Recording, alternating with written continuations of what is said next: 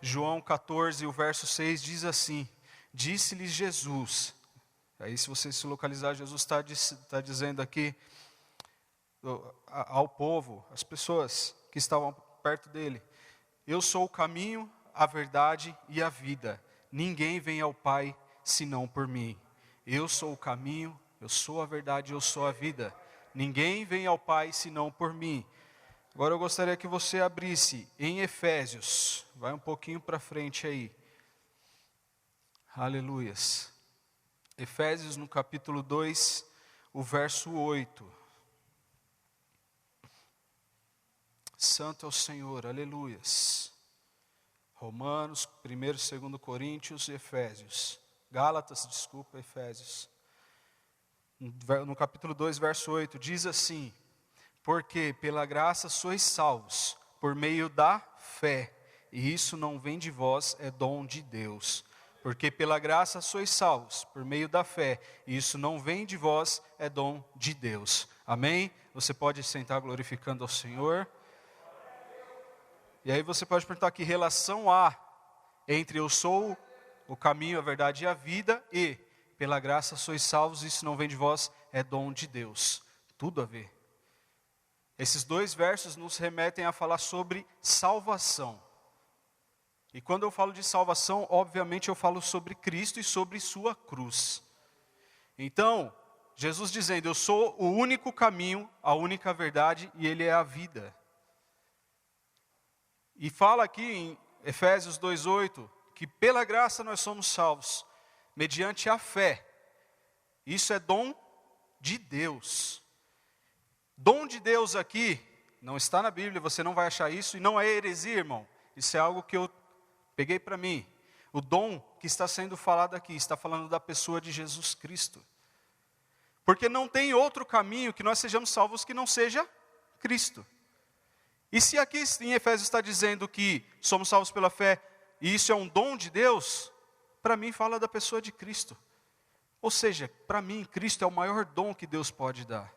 O maior presente, a maior bênção, o melhor de tudo que Deus tinha foi Cristo. E Ele nos deu. Não por obras, para que ninguém se glorie. Ou seja, não é pelo seu mérito, pelo meu mérito. É dom gratuito de Deus. E o que nós precisamos? Apenas de fé. Porque Jesus, Ele é o caminho. E nós temos que ter fé para crer que Ele é o caminho, que Ele é a verdade e que Ele é a vida. Amém? Aleluias. É bem claro para nós falar sobre a graça e entender que nós somos salvos pela graça, ou seja, não precisamos fazer absolutamente nada para ser salvos, ao não ser ter fé em Deus. Então isso é claro para todos nós. Nós somos ensinados isso desde lá de criancinha dentro da igreja, que nós somos salvos pela fé, pela graça de Deus que nos foi dada, ou seja, pelo favor de Deus por nossas vidas. Agora, associando salvação, fé, graça e Jesus Cristo nessa história toda, talvez a sua pergunta e a minha pergunta seja: e a cruz? O que tem a ver a cruz nisso tudo?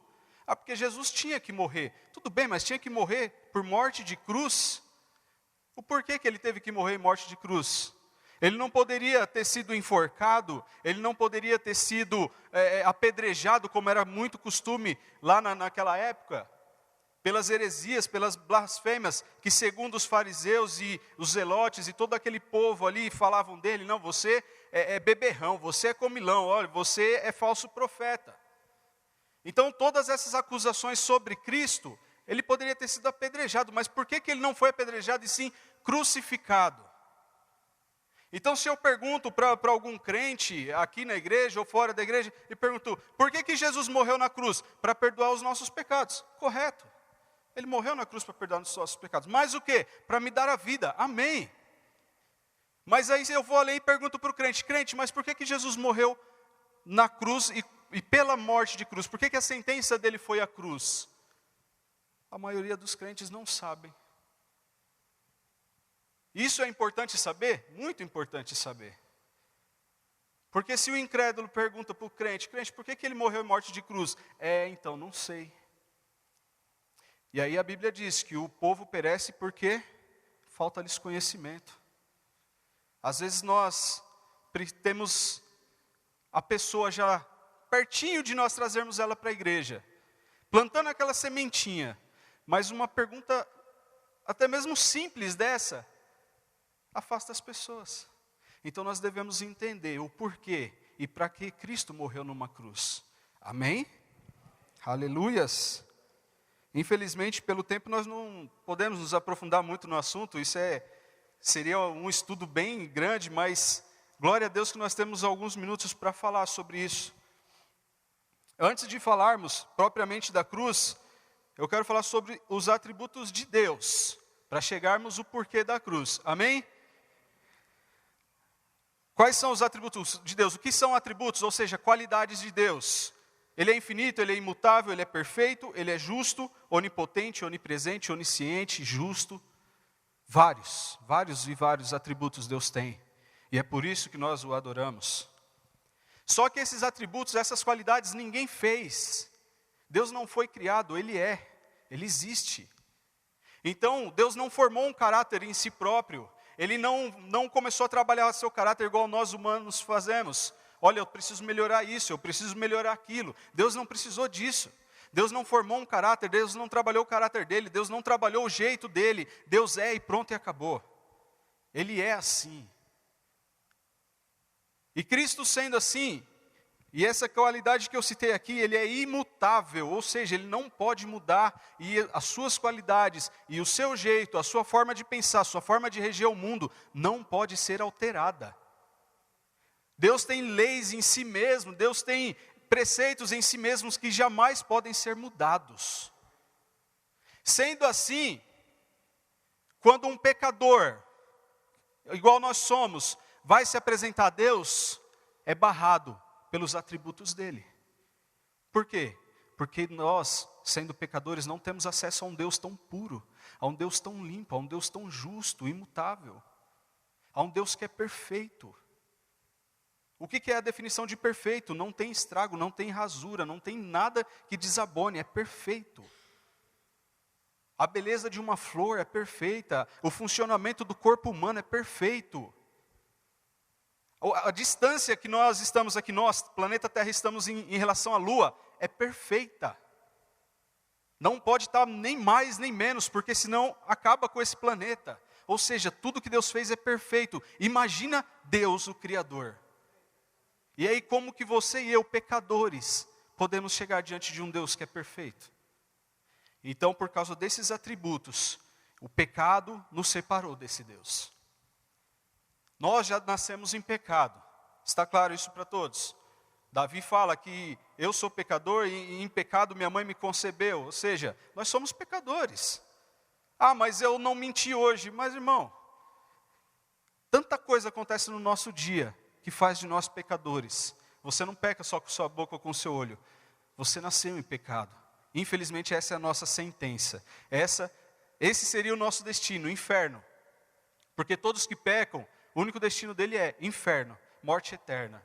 Mas graças a Deus, que Deus teve um plano perfeito para nos salvar. Aleluias. Dentre esses atributos, eu citei aqui justo. E é justamente a justiça de Deus que nos impede de chegar a Ele pecadores. Então Deus precisava de um plano para que nós deixássemos de ser pecadores. E aí é onde entrou a figura de Jesus Cristo na história. Deus não mandou sem o consentimento, digamos assim, de Cristo. Cristo se entregou por nós. Não foram as pessoas que mataram, nós matamos Cristo, não foi eles lá naquela época, não, foi Cristo que se entregou para ser morto. Foi um consentimento. E como ovelha muda ao matador, assim foi Cristo indo para aquela cruz. Por causa da justiça de Deus, nós não temos esse acesso. Esse acesso foi bloqueado. Lembra de Adão e Eva no paraíso? Tinham um encontro no final da tarde, todo dia com Deus. E isso depois do pecado foi mudado. Eles foram expulsos do paraíso. Então isso acabou. E de lá para cá, olha a situação do povo de Israel. De lá para cá, olha a situação do mundo. Olha a sua e a minha situação. Olha esse mundo que nós estamos vivendo hoje. Talvez você fale, mas nosso tempo é pior do que aquele.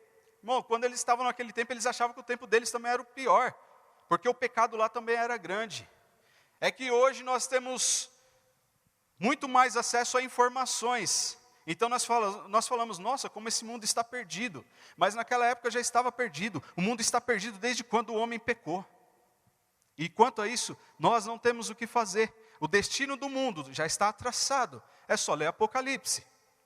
Só ler Daniel. E as profecias de Jesus em Mateus. Mas esse plano para resgatar os fiéis, Deus fez.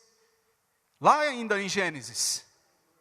Porque ele diz que da semente da mulher nasceria um que esmagaria a cabeça da serpente. Aleluias! E é esse Deus que nós servimos, é esse Deus que está aqui nessa noite. Deus é santo, aleluias. Santidade é um atributo de Deus, irmão, é uma qualidade de Deus. Quando nós falamos em qualidade de atributo, entenda que nunca poderá ser mudada. Nada do que aconteça poderá ser mudado. Por isso que nós pensamos, nossa, a maldade no mundo é tão grande, por que Deus não faz nada? Porque tem os atributos dele que impedem de fazer isso. Mas porque Deus é mau? Não, porque Deus é imutável. A maldade parte de nós, não parte de Deus. Jamais partiu de Deus. Aliás, não atribua a maldade a Deus, porque isso é um pecado muito grande. Porque no Senhor é bom e nele não há maldade alguma. Aleluias. O pecado faz Deus ficar irado. Deus se ira. Amém ou não amém? E se ira muito. Terrível coisa é cair na mão de um Deus tremendo. Assim diz a sua palavra. Irmão, por vezes você lê lá sobre o povo de Israel e o povo pecado, e Deus queria matar o povo, aí levantava um profeta e intercedia, levantava Moisés e intercedia, Josué intercedia, e Deus falava assim, então vai, faça assim, assim, assim. Pedia o sacrifício, para quê? Para que a ira dele fosse apaziguada, para que ele, entre aspas, se acalmasse. A princípio parece uma coisa estranha falar dessa forma, oxe, Deus se acalmar? Como assim? Irmão, mas se tem algo que deixa Deus irado é o pecado. E se não fosse Cristo, não existia mais planeta Terra, não existia mais sua vida. Então tenha isso na sua cabeça, Deus se ira. Deus pode se irar com você o tempo todo, dependendo da vida que você leva. Aí você fala, Deus é bonzinho, Deus é bom. Mas a ira dele existe, e a ira dele, uma vez eu preguei aqui, eu disse algo, eu falei assim, a ira de Deus, ela é como uma represa, ela está represada. Sabe essas represas, essas barragens bem grandes que vai segurando a água? Irmão, na hora que essa barragem se romper, imagine o estrago, já viu o filme, já viu reportagem da barragem se rompendo e aquela água descendo e levando tudo embora? Isso vai ser a ira de Deus quando se romper. E essa ira, ela está represada pela graça de Deus. Porque se não fosse pela graça, irmão, misericórdia. Então logo, logo, em breve, essa barreira vai se romper da graça. E a ira de Deus vai ser despejada nessa terra. Então nós devemos dar graças a Deus pela graça que Ele tem nos dado. Então Deus se ira. Há várias passagens na Bíblia que falam sobre isso. Mas lá em Mateus 3, 7, abra comigo. Mateus capítulo 3, verso 7. Aleluias.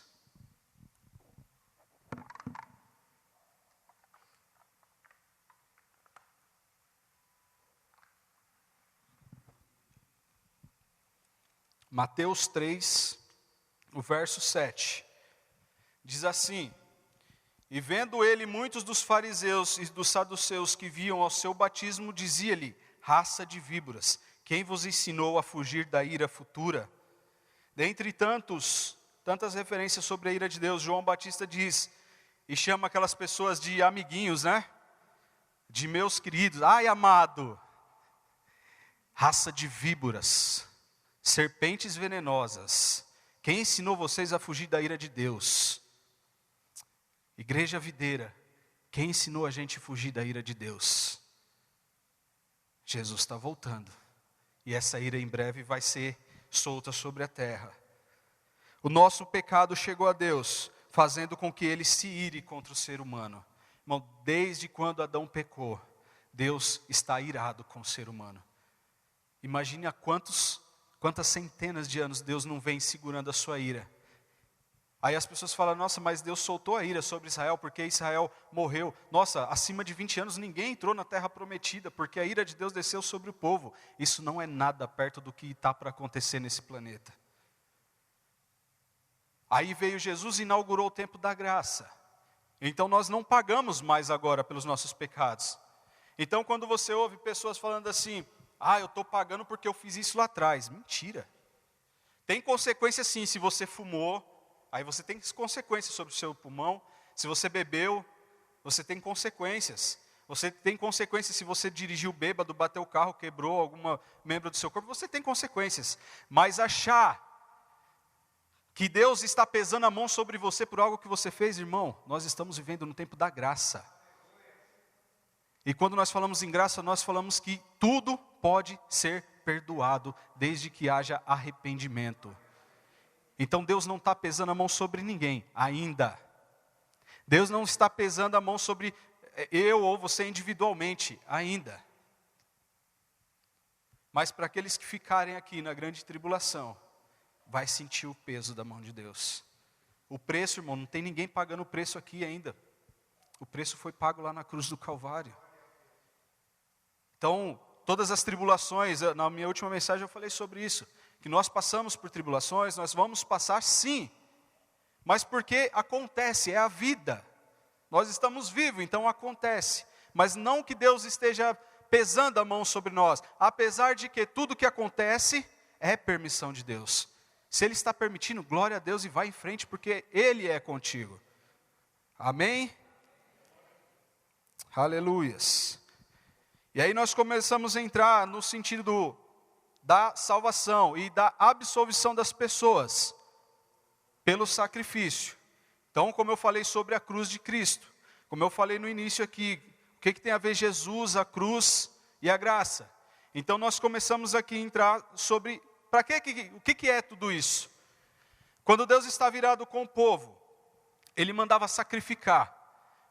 E o sacrifício era para que o povo visse aquele cordeiro, aquele boi, aquele bezerro, seja o que foi sacrificado, o inocente indo no lugar dele. Então, se a pessoa pecasse e Deus mandava, você sacrifica um pombo. E aí ele ia olhar aquele pombinho ali que não tinha nada a ver, um ser tão puro, que não fez nada, sendo sacrificado. E aquilo era para ficar na mente dele. Eu errei e alguém pagou por mim, nesse caso um animal. Aí quando o povo pecava, e aí eram sacrificados 1000 bois, 1000 ovelhas, e por aí vai. Por quê? Para que o povo olhasse para aquele sacrifício e falasse, eu errei e outro está pagando no meu lugar. E aquilo fizesse no coração dele algo, que era o arrependimento. E quando as pessoas sacrificavam, realmente elas se arrependiam. Só que era um ritual, pastor. Elas subiam no templo uma vez por ano e sacrificava. Começou a virar um ritual. E aí é onde começaram a virar os cambistas dentro do templo do Senhor. Por quê? Porque a pessoa chegava lá em alguém que veio sacrificar, essa ovelha aí, tem uma manchinha aqui, não pode sacrificar ela não. Mas compra essa aqui que essa tá boa para sacrificar. Aí ele falava, você deixa essa aqui, leva essa aqui e sacrifica. Aquela que ele deixou, ele vendia para outro. Era assim que funcionava o comércio. Então, já não havia arrependimento, já não havia mais perdão pelos pecados, pelo povo. Por outro lado, o sacrifício, aquele incenso, quando a gente fala oferta agradável, quando nós falamos que o sacrifício está no altar, o altar era o sangue, corria e o fogo começava a queimar, e o cheiro da carne queimada subia com uma fumaça. Simbolicamente esse cheiro apaziguava a ira de Deus. E aí Deus dizia, não vou sacrificar, não vou matar o meu povo, não vou permitir pragas no meu povo. Amém? Está bem claro? Quando nós olhamos para a figura de Cristo, e aí é onde a história começa a ficar bonita. Jesus, Ele é o Cordeiro de Deus. O Cordeiro sem mancha, sem pecado. O Cordeiro justo que nunca fez nada. E Ele foi levado como Cordeiro ao matadouro, assim diz a palavra de Deus. E Ele foi o sacrifício definitivo para a humanidade. Então Jesus precisou ser crucificado. E o ritual, ou seja, a sequência, ou seja, todo aquele rito que foi feito, tinha que ser exatamente como era feito no Antigo Testamento. O cordeiro era sacrificado, era colocado no altar, e aquele sacrifício subia a Deus e apaziguava a ira de Deus. E por que da ira de Deus? por causa da justiça dele, amém? E o sacrifício apaziguava a ira de Deus. E era para servir da seguinte forma: aqueles soldados que estavam olhando ali para ele, aquela multidão olhando para Cristo crucificado, era para olhar para ele e se sentirem arrependidos pelos seus pecados. Tanto que a Bíblia conta que um dos soldados disse: verdadeiramente esse era o Filho de Deus, porque reconheceu Cristo pendurado ali na cruz do Calvário. Então, é para que nós olhássemos para a cruz de Cristo e víssemos ali nele o nosso pecado, e o nosso pecado num cordeiro que não tinha pecado. Ou seja, foi preciso um ser inocente ser morto para que hoje tivéssemos vida. E aí é onde entra a cruz. O porquê dessa cruz? A cruz aqui, ela representa o altar a qual o sacrifício fora feito. A cruz de Cristo aqui representa o altar a qual o cordeiro estava sendo entregue à morte. Então, quando nós olhamos para o altar e vimos ali a carne sendo queimada, o sangue escorrendo e a fumaça subindo, é para nós olharmos e nos arrependermos. O sacrifício foi consumido, só restou o altar. Então as pessoas podiam ainda olhar para o altar e sentir culpa pelos seus pecados. Cristo foi tirado da cruz. Nós não vimos, nós não tivemos a oportunidade de estar lá e ver Jesus pendurado na cruz. Aí você fala: ainda bem, porque eu não matei Jesus. Matou, porque foi o seu pecado que matou Jesus. Então nós não vimos Cristo na cruz do Calvário. Aí você pode falar: então estou livre disso. Não, você tem a cruz de Cristo representando o altar ainda. Aí é onde entra a explicação. Eu dei essa volta toda para chegar na cruz de Cristo e dizer que a cruz de Cristo ainda é o símbolo maior da nossa vitória. Aleluia? Quando nós olhamos para a cruz, nós estamos olhando para a graça, nós estamos olhando para o amor, nós estamos olhando para a vitória de Cristo para as nossas vidas. Aleluias. Nós devemos olhar para a cruz, o altar, devemos olhar para Jesus, o sacrifício, e vermos os nossos pecados e nos arrependermos. Nós devemos olhar para a cruz de Cristo e falar: Deus, o Senhor entregou Ele por mim. Aleluias. Deus, o Senhor fez o inocente morrer no meu lugar. Glória a Deus. Porque foi por esse ato de amor, foi por esse ato de graça que hoje eu posso ter vida e vida em abundância. Aleluias. Abra comigo em Isaías 53. Deus é santo, aleluias.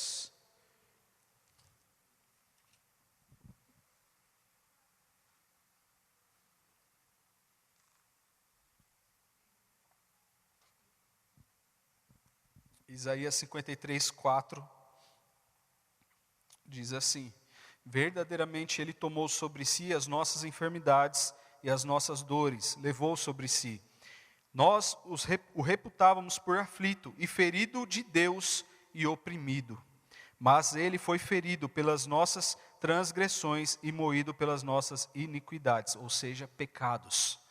Nós olhamos para a cruz de Cristo e falamos, está aqui, ó, Isaías 53, verso 4. Nós olhamos para Cristo e falamos assim: Ele morreu porque Deus matou Ele. Nós falamos assim: Deus feriu Jesus Cristo.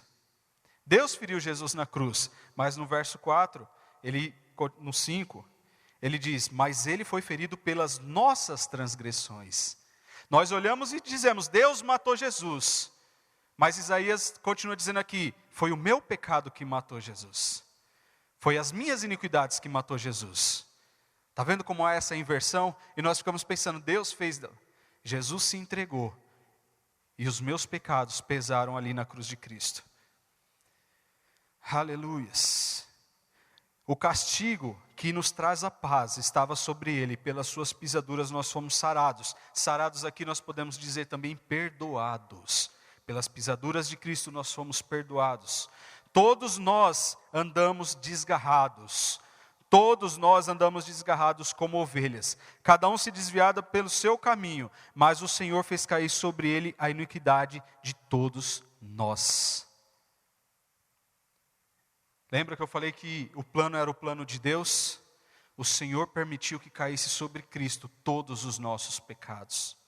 E aí, irmão, imagina todo o pecado da humanidade, daqueles que morreram antes de Cristo, daqueles que viveram depois de Cristo e daqueles que vão viver ainda até a volta de Jesus. Imagine todos os pecados em cima de um único homem. Imagina que tudo quanto é maldade da humanidade.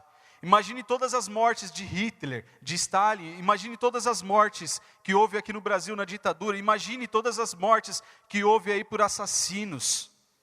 Imagine todos os estupros. Imagine toda a mentira. Imagine toda a blasfêmia. Imagina todas essas igrejas juntas, que hoje diz que é de Cristo e não tem nada de Cristo, pecando contra Cristo. Tudo na pessoa de Jesus ali na cruz. Quanta iniquidade, quanto pecado estava sobre ele. E lembra que eu falei também que o pecado ou o pecador não pode ter Deus, não pode estar diante de Deus, porque Deus é santo e Ele é justo? Abre aí, Mateus 27, 46. Olha o que acontece. Meu Deus, aleluias. A mensagem da cruz é muito séria e deveria ser mais explorada nos púlpitos das igrejas. Aleluias. Mateus 27, 46, diz assim: perto da hora nona, exclamou Jesus em alta voz: Eli, Eli, lema sabachthani, isto é, Deus meu, por que me desamparaste? Irmão, nós estamos falando de Deus, olhando para o próprio Filho dele, e de repente, esse Filho dele ali na cruz do Calvário, com tanto pecado em cima dele, e o próprio Filho olha assim: Pai, por que o Senhor me desamparou? Por que o Senhor me abandonou? Era muito pecado, e Deus não suporta o pecado. Então é preciso entender que não foi um simples ato de morrer, não foi um simples ato de se entregar, mas é preciso entender o lado espiritual. Tinha muito pecado em cima de Cristo, que nem Deus foi capaz de olhar para ele.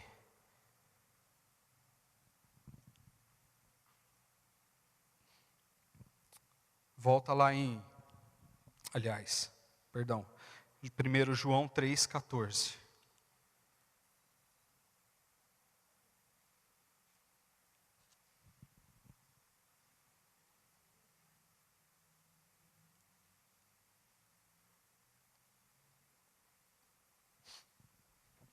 João 3,14. Diz assim: e como Moisés levantou a serpente no deserto, assim importa que o Filho do Homem seja levantado. Como Moisés levantou a serpente no deserto, assim importa que o Filho do Homem seja levantado. Aleluias. Números 21. Santo é o Senhor. Aleluias. Livro de Números, capítulo 21.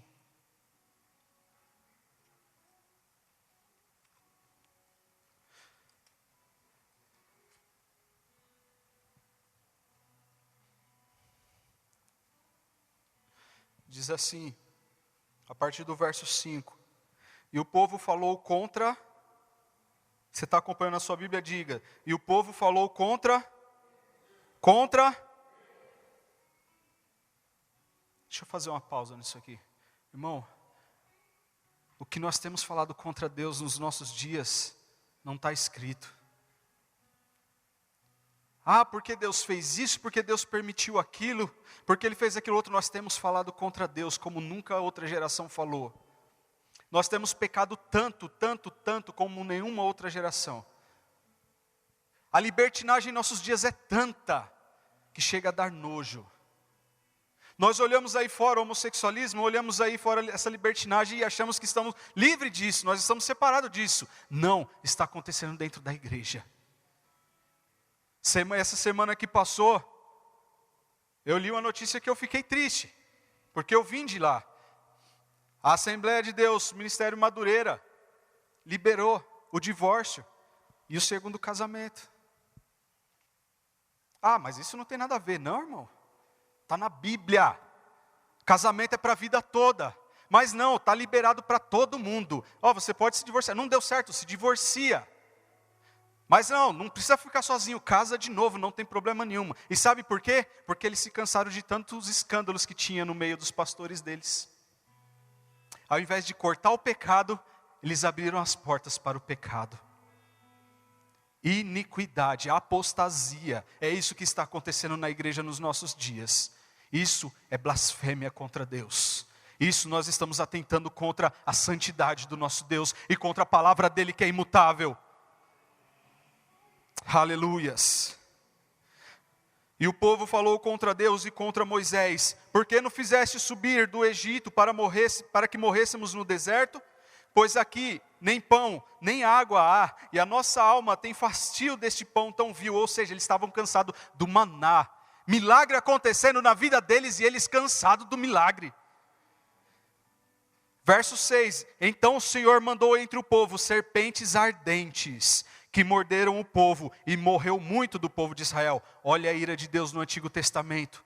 Imagine se fosse no Novo Testamento, imagine nos nossos dias. Imagine um monte de serpente entrando aqui agora e mordendo o pé dos pecadores aqui, morrendo.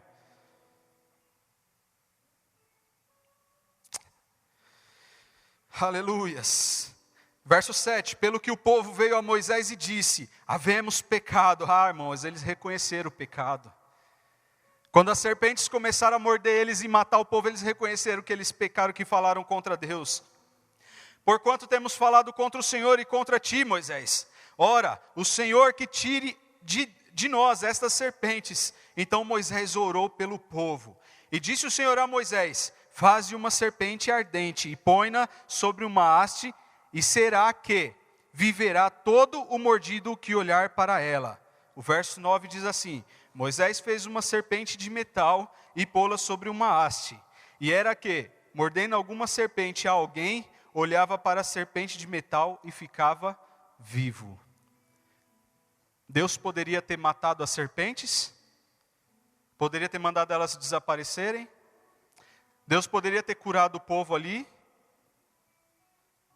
Mas tudo isso aqui foi uma figuragem, uma linguagem de figura, ou figura de linguagem, como você preferir, sobre o sacrifício de Cristo. Deus mandou que Moisés fizesse uma serpente e colocasse numa haste, ou seja, imagine esse pedestal aqui, uma serpente nela. Ou imagine uma cruz e uma serpente enrolada nela. Uma haste. E todo aquele que fosse picado pela serpente olharia para aquela haste e aquela cobra ali e ficaria vivo, ou seja, seria curado. Cristo veio e morreu numa? Ele ficou pendurado. Para quê? Para que todo aquele que olhasse para ele tivesse vida eterna. Irmão, quando nós olhamos para Cristo pendurado, ele estava entre o céu e ele estava entre a terra. Ele não estava com seus pés na terra, ele estava pendurado entre o céu e a terra. Ali ele estava fazendo a ligação entre Deus e o homem. Ele estava colocando Deus aqui através do Espírito Santo e abrindo o caminho para o homem ir para o céu. Quando Cristo estava pendurado, é para que nós olhássemos para Ele e tivéssemos vida eterna.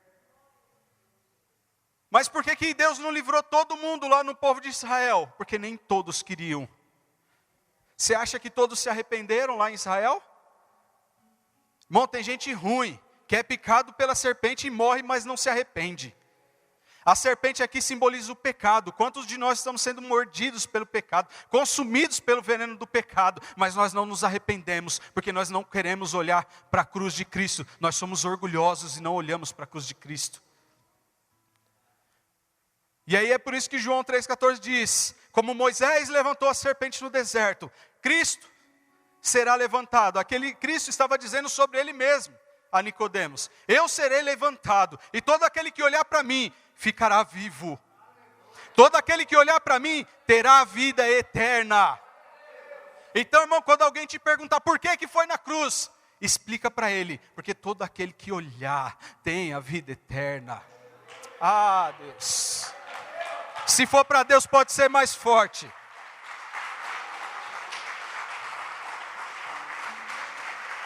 Aleluias. Fica de pé, meu querido. Santo, santo, santo, santo.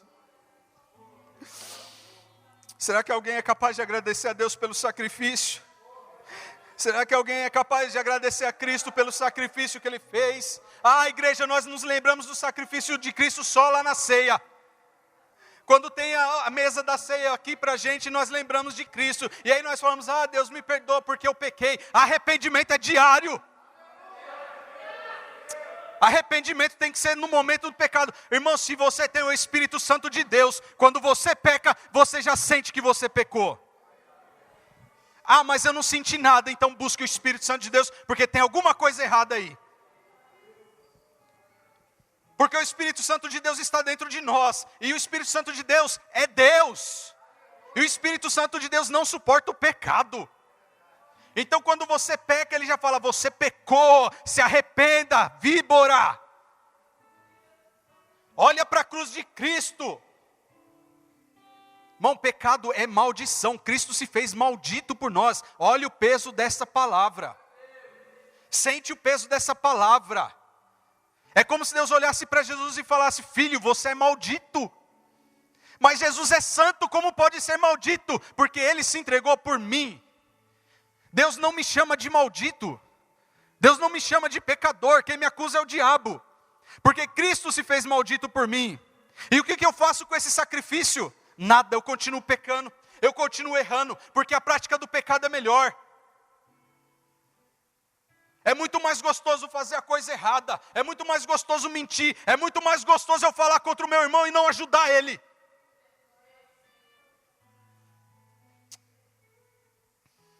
Em vez de olhar para a cruz de Cristo e falar, Deus me perdoa porque eu pequei. Deus, eu quero ser santo porque o Senhor é santo. Nós falamos tanto sobre a cruz, é cruz para todo lado, é cruz nas roupas, é cruz ali, é cruz, até na cadeia tem cruz. Você vai numa sala de audiência de um juiz, tem uma cruz. Você vai no congresso, tem cruz, mas ninguém respeita a cruz de Cristo. Porque se respeitasse não haveria pecado, se respeitasse não haveria corrupção. Porque a cruz de Cristo, o sacrifício de Cristo, assim como eu falar em nome de Jesus, virou o novo abracadabra. Sabe, você ouve os mágicos fazendo truque, fala a palavrinha mágica, abracadabra. Aí tira uma moeda da orelha. Ah, irmão. Qual é a diferença disso na igreja hoje? Em nome de Jesus eu ordeno. Em nome de Jesus, eu ordeno. Eu não tenho poder de ordenar nada, quem ordena é Ele. Aí eu falo, em nome de Jesus não vai acontecer nada, esperando que uma mágica aconteça. Profanamos o nome de Deus. Achamos que estamos adorando a Deus. E não estamos adorando. Porque tudo que nós fazemos é pensando em benefício próprio. Quando na verdade nós deveríamos estar pensando no reino. Irmão, o nosso reino não é nesse mundo. O nosso reino não é nessa terra. Nós somos peregrinos nessa terra. Nós estamos de passagem aqui. Amanhã mesmo, hoje mesmo nós podemos morrer. Hoje de manhã eu poderia ter morrido. E o que é que eu ia apresentar a Deus? Meu carro, minha casa, minha empresa? Não, eu tenho que apresentar a minha vida santa. Porque senão eu não vou ter parte com Deus. A palavra é dura sim, mas essa é a palavra que vai te levar para o céu. A palavra que não é dura, a palavra que não confronta, ela não nos leva para o céu, ela não nos tira do pecado. A palavra que passa a mão na nossa cabeça só apazigua o nosso ego, apazigua a nossa alma. O que deve ser apaziguado é a ira de Deus sobre nossas vidas, através da santidade. Aleluias. Aleluias, aleluias, santo é o Senhor. Santo é meu Deus. Se você quiser adorar, irmão, pode adorar, que quem dirige o culto é o Espírito Santo. Aleluia. João 3:36 diz assim: aquele que crê no Filho tem a vida eterna, mas aquele que não crê no Filho não verá a vida, mas a ira de Deus. Ai. Irmão, nem todo mundo quer a cruz de Cristo. Mas se você quer a cruz de Cristo, olha para essa cruz nessa noite. Olha para o sacrifício que foi feito nessa noite. Foi preciso sim que fosse numa cruz. Para quê? Para que todos pudessem olhar para Ele. E olhando para Ele, tivéssemos vida eterna. Só será salvo quem crê. Só será salvo quem ir pela cruz de Cristo. Só será salvo quem ir por Cristo, porque Ele é o caminho, Ele é a verdade e Ele é a vida eterna. Irmão, e o mais legal de tudo isso é que é tudo de graça. Você só precisa ter fé, você só precisa crer. Só vai até a cruz de Cristo quem tem fé.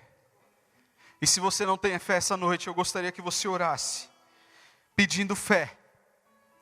Eu gostaria que você pedisse a Deus: Deus, dá-me fé, Deus, renova a minha vida.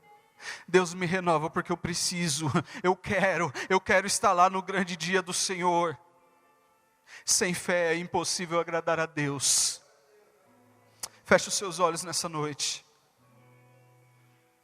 Deus, eu preciso, Senhor, da Tua bondade, eu continuo precisando da Tua graça. Continuo precisando do Teu amor. Nós precisamos, Pai, do Teu amor. Nós precisamos da Tua graça. Nós precisamos olhar para a cruz de Cristo, Pai, e ver o altar ali, Pai, ensanguentado. E lembrar que foi pelo meu pecado que o Senhor se entregou por mim, Jesus. Eu preciso olhar para a cruz do Senhor. Embora eu não estive lá, mas entender que o sacrifício foi necessário para que hoje eu tivesse vida. E para que essa vida não terminasse aqui na terra, mas que continuasse ao seu lado. Perdoa-nos, Deus, por tantas vezes ter pecado contra o Senhor. Perdoa-nos, Deus, por tantas vezes ter falado mal, Pai, de tudo aquilo que o Senhor faz nas nossas vidas. Perdoa-nos, Pai, pelas, Deus, falácias que nós cometemos, Pai. Pelas heresias que pregamos. Perdoa, Senhor, a Tua igreja pelo mal que tem feito. Perdoa o Teu povo nessa terra, Senhor. Deus, mas assim como Davi, eu te peço, não retire de nós o Teu Espírito Santo.